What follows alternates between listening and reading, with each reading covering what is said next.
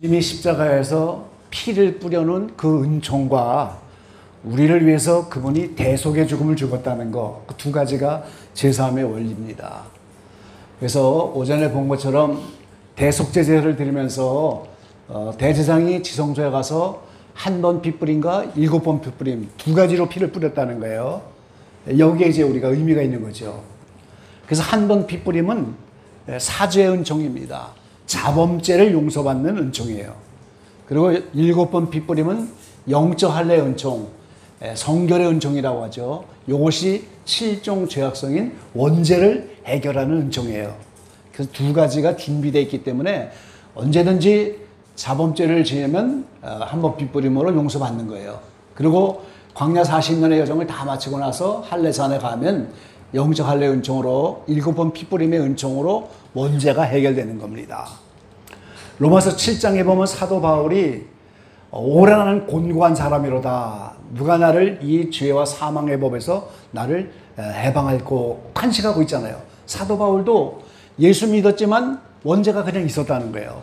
그러니까 기회만 되어지면 이 원죄 때문에 자범죄가 툭툭 튀어나오는 거예요.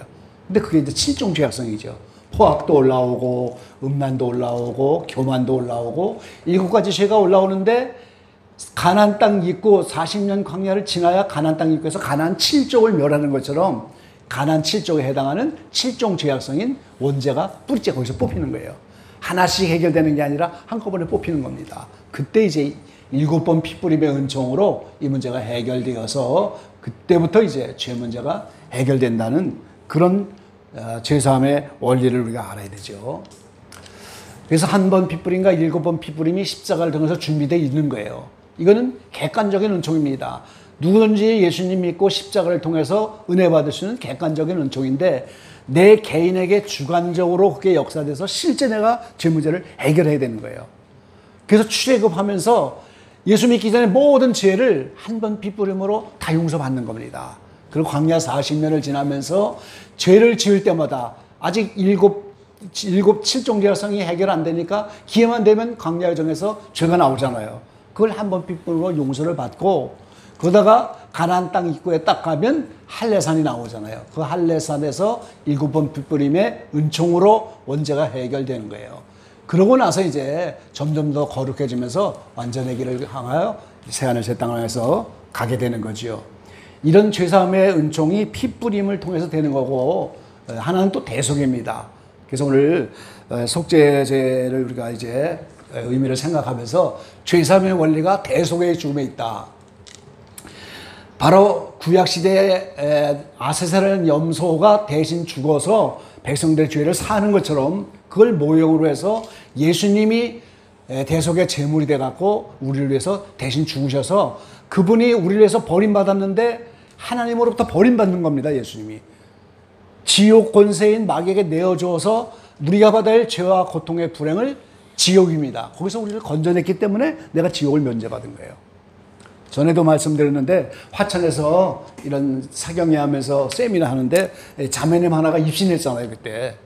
그 자매님이 첫날은 지옥 고통을 막 하면서 너무너무 힘들어하고 또 하루는 천국 구경을 하고 말이죠. 근데 지옥에 가니까 정말 우리가 흔히 말하는 것처럼 이런 끓는 가마 속에 고기가 튀겨지는 생선이 막 튀겨지는 그런 고통이 순식간에 느껴지는 거예요.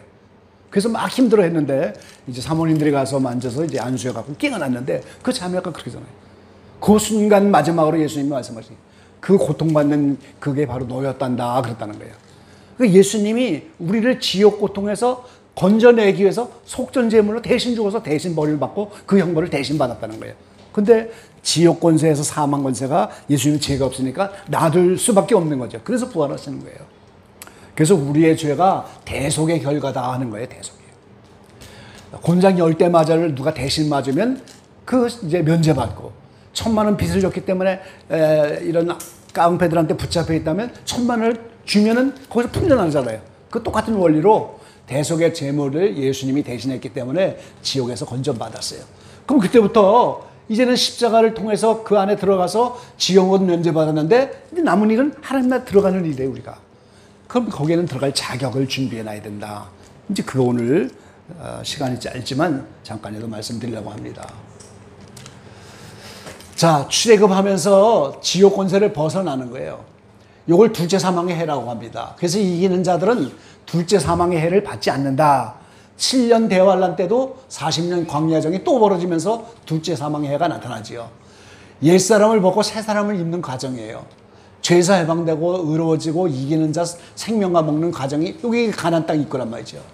그래서 죄에서 해방되고 나서도 로마서 6장에 보면 거룩함에 이르는 길을 가는데 그 마지막이 영생이다 이렇게 말해요. 그래서 영생은 맨 마지막입니다. 구원에. 여기를 이제 완전해진다고 했고 뿔나라고 하고 결혼한 여자죠. 여기를 천국이라고 하는 거예요.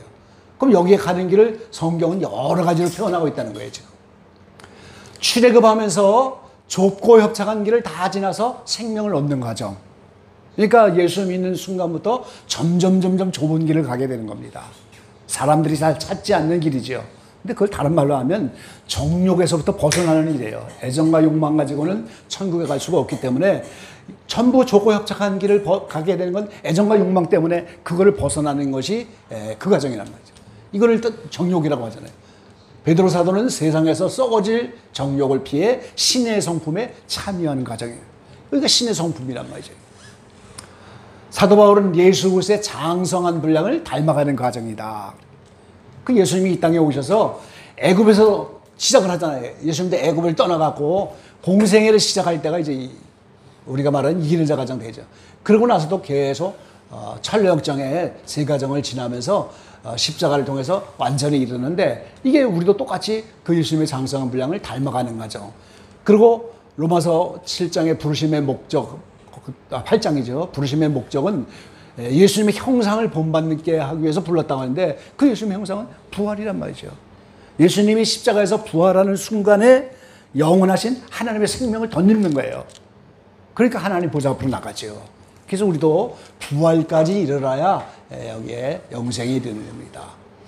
하나님이 완전하신 것 같이 너희도 완전하라. 근데 이 하나님과 같이 완전해질 수는 없지만 하나님이 정하신 기준입니다.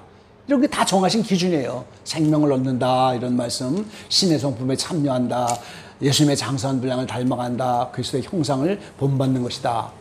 그리고 진주 보화를 찾는 장사가 진주 보화를 만나니까 어떻게 해요? 모든 소유를 버리고 이를 얻을 가정. 이게 진주 보화가 하나님의 영원한 생명이에요. 그거를 어느 순간에 발견하게 되니까 모든 소유를 다 팔고 그거를 얻으려고 가는 거란 말이죠. 우리 지금 진주 보화를 구하는 장사예요. 그 예수 믿으면서도 진주 보화가 뭔지 모르는 사람들이 많잖아요. 이게 영원한 하나님의 생명인데 그 생명을 발견했단 말이죠. 그럼 나머지 그 생명을 소유하기 위해서 모든 걸 다 버려야 되는 거죠. 하나님의 말씀인 씨가 우리 마음밭에 떨어져서 싹이 나은 게 이제 출애굽이죠. 그때부터 30배, 60배, 100배. 100배는 완전해질 때 맺게 되는 거죠. 어떻게 하나님의 말씀 100%의 열매를 맺겠어요? 30배 맺다가 점점 이기는 자 될 때가 60배입니다. 그리고 칭의 받을 때가 30배고요. 창조의 한 주간 6가정을 지나 안식에 이르는 가정도 똑같은 거죠.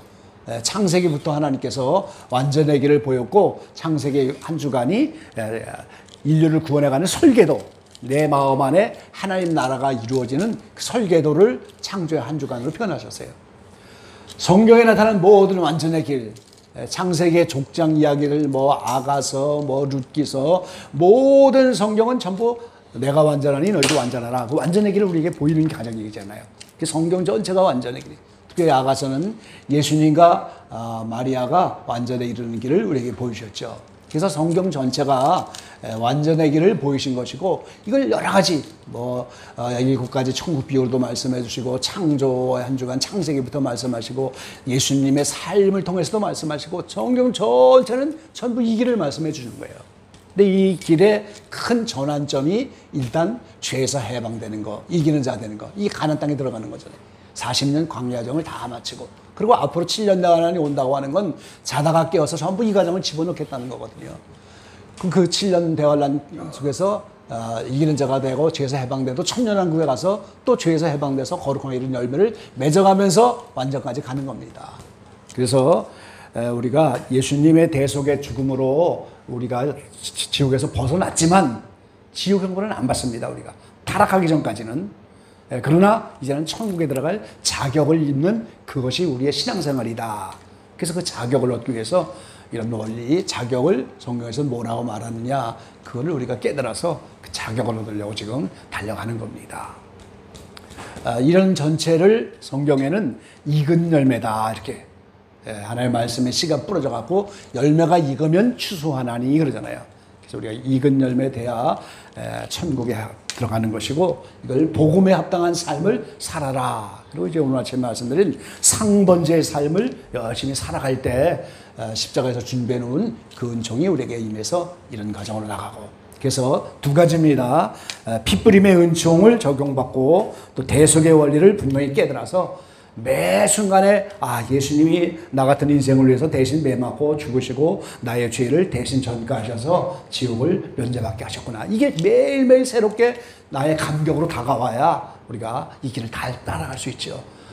예수님이 나 대신 대속의 죽음을 줬다는 그것이 깨달아지지 않고 믿어지지 않으면 주님을 위해서 우리가 뭘 할 수 있겠어요.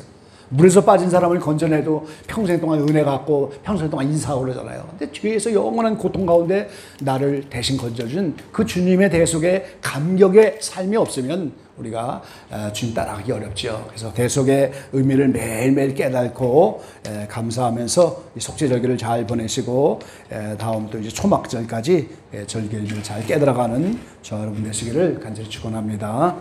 기도하겠습니다. 아버지 하나님 고맙고 감사합니다. 이 미련하고 연약한 인생들 2000년 전에 이 땅에 오신 주님께서 내 대신 십자가를 지고 죽으심으로 아세사를 위한 염소의 사명으로 대속의 죽음을 통해서 영원히 지옥에서 고통받아야 할 나를 대신해서 매를 맞고 고통을 당하셨으므로 우리를 지옥에서 끌어내셨습니다. 이제 남은 건 우리가 예수님의 피를 통해서, 여호와를 위한 제물의 피를 통해서 우리가 천국 가야 되겠는데, 우리가 죄를 지을 때마다 자범죄를 한 번 피 뿌리면 용서받고, 또 우리가 이제 이 광야의 정을 잘 맞춰서 더 이상 죄가 나 가운데 역사하지 못하도록 원죄 7가지 죄악성에서 해방되어 이렇게 주님의 핏부림의 은총으로 천국 갈 준비를 하는 우리가 되게 하시고, 적과 협상한 길을 다 지나 생명을 얻고 아무도 원치 않는 그 길을 꾸준히 상번제의 삶으로 이렇게 주님 따라갈 수 있게 하시고, 또 어떤 환경 속에서도 연단을 통하여 정금과 같은 믿음으로 나가고 신의 성품에 참여하고 사랑이 우리 마음에 부어지는 이 놀라운 은총을 경험할 수 있는 우리 모두가 되게 축복해 주십시오. 작은 무리가 모였지만 주님 저들 마음속에 잘 박힌 목과 같이 말씀이 뿌리 박게 하시고, 또 이 영상을 통해 더 많은 영혼들이 대속의 은혜의 원리를 깨달아서 알 수 있게 도와주십시오. 한 주간 은혜 가운데 지켜주시고 어린아이를 비롯하여 또 멀리 출타중인 전도사님과 또 참여치 못한 모든 권속들에도 동일한 은혜를 베풀어 주셔서 성령 충만으로 또 이 한 주간을 감당하며 광야의 정을 달려갈 수 있도록 인도해 주십시오. 예수님의 이름으로 감사하며 기도 올려옵나이다. 아멘.